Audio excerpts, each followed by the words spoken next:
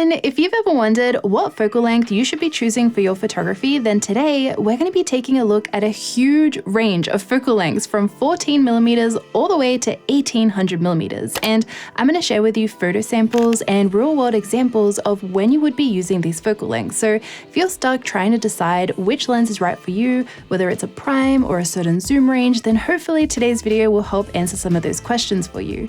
This video is sponsored by PPA, where you can find resources to help grow your business and improve your skills as a photographer, and I'll let you know everything you need to know about them a little bit later on. I also want to mention before we get started that all these focal lengths I'm referring to today are in full frame. First up, we have our wide-angle lenses. This can range anywhere between 11, 14mm all the way to around 20mm, and they can be zooms or primes. Wide-angle lenses can be used for a variety of photography styles, but I also find that they are very popular for videography as well, specifically vlogging.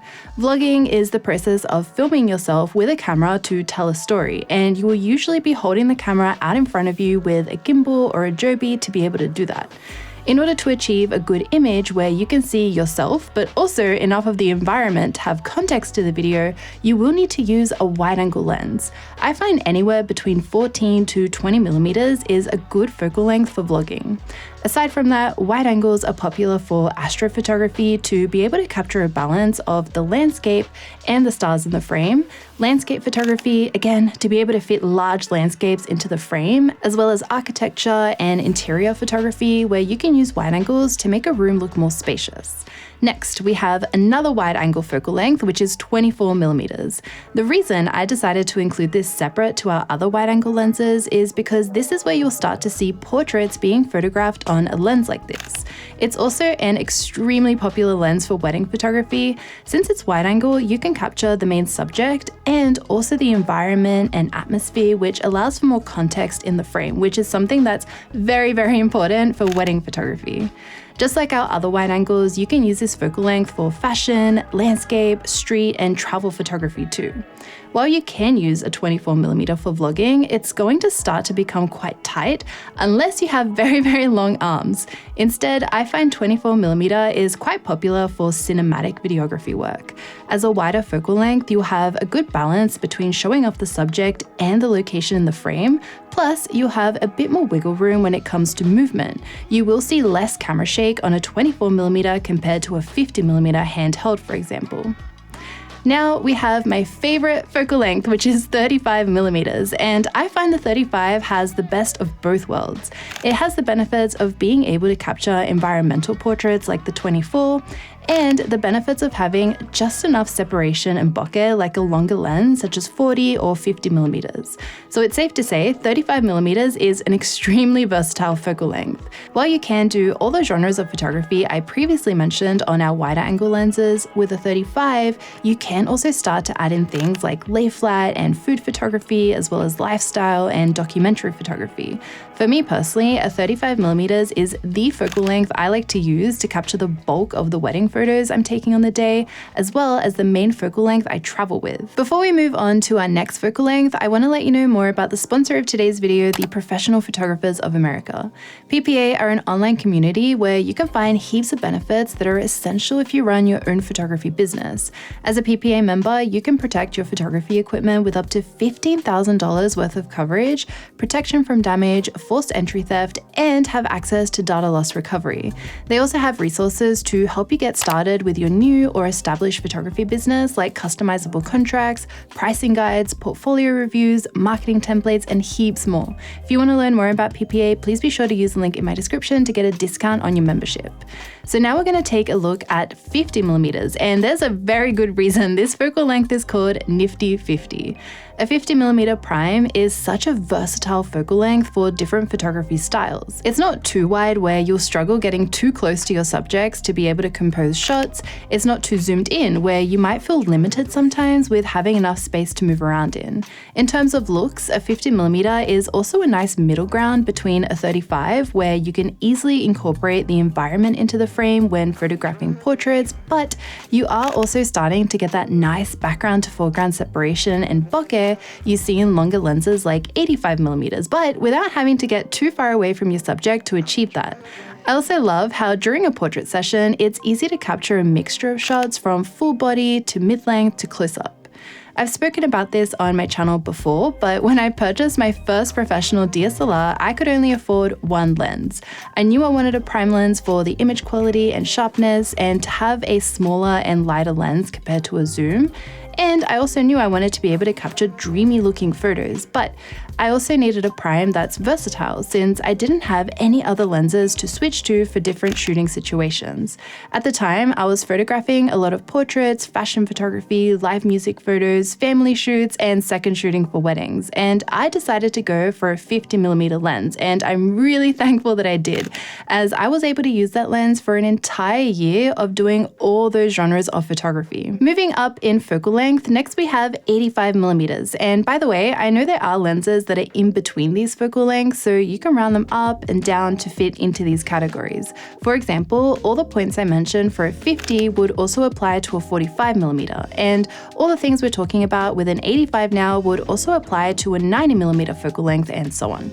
So while this is an extremely popular focal length for portraits and weddings, it can absolutely be used for other genres of photography as well. For example, I really love using an 85mm for landscape and cityscape photography, as it can transform the location you're in and help you focus on certain details in your location rather than capturing it as a whole if you're using a wide-angle lens. The reason it makes your locations look so different to the way you see them with your eye, and the reason why the 85 is so popular for portrait photography with the dreamy look you can create in your images, is due to the compression a long focal length causes at particular distances. These longer lenses are going to flatten the scene in your photo, and that's what causes this beautiful background to foreground separation where your subject can really pop from the location. Another way to think about using longer lenses, such as an 85, is for reach. When I'm photographing, let's say, the speeches at a wedding, I don't want to get in the way of all the guests by having to stand in front of them with a 35 to capture photos. So I'm going to put on my 85mm, and that way I can still capture close-ups, but still maintaining my distance. It also allows you to keep your distance if you can't get closer to the action, like with sports or wildlife, or it helps you keep your distance from your subjects if they're feeling uncomfortable in front of the camera. It's so much easier for someone to be themselves if you give them some space rather than having to be in their face with a wide-angle lens. Next is 135mm, and I find this is typically around the longest focal length photographers use for portraits, so our portraits are going to end here. If it's a 135 prime, I find this is pretty much a portrait and wedding photographer's lens. The reason for this is you have the ability to direct your subjects and move around freely in your locations to compose the shots you need, so using a long prime lens is going to be manageable. Having this focal length in a zoom lens though, so let's say a 70-200, this is where you would be using it for landscapes, wildlife, and travel photography. But let's start with the portraits. There are two main reasons it's not typical to take portraits at a longer focal length than 135. First, the longer your focal length, the more space you're going to need in your location to shoot with, which is not always possible. It also makes it difficult to give your subject directions, as you'll have to start yelling for them to hear you since you're so far away. Take it from me, when I did this portrait photo shoot on a 400mm prime lens, just look how far away I am from the subject.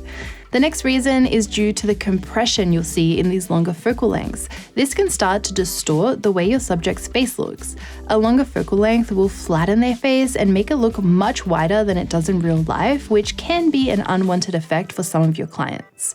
I also mentioned in a zoom lens, you would be using a 70-200, for example, since it's around the 135 mark. This is one of my favorite lenses to do travel photography with. Not only is it versatile as a zoom lens, it also produces stunning results with landscape and cityscape photography.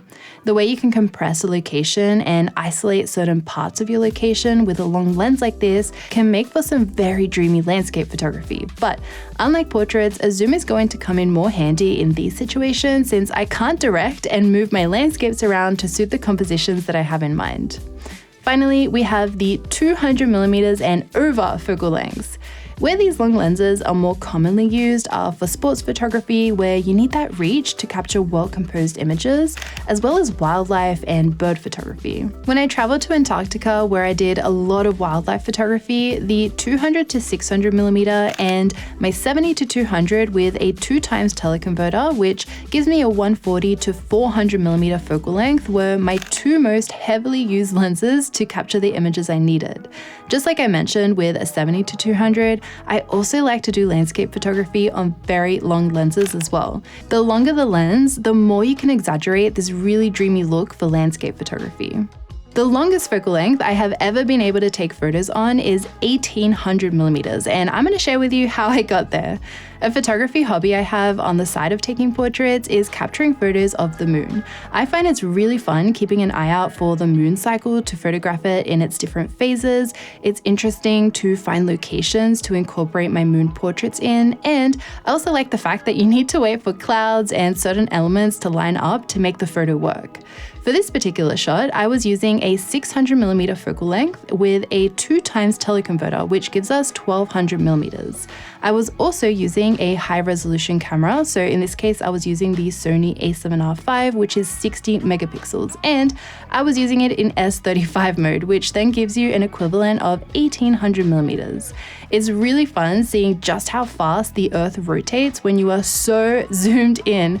I kept the lens on a gimbal head so I can easily track the moon with it. Let me know in the comments what focal length you normally like to use for your style of photography. For me personally, I love a 35 and 85 millimeter combination for portrait photography and a 35 and 70 to 200 combination for travel and landscape photography. And don't forget to check out PPA by using the link in my description. But that is all I have for today's video. Thank you so much for watching. I make new videos every single week, so I'll see you all next time. Bye!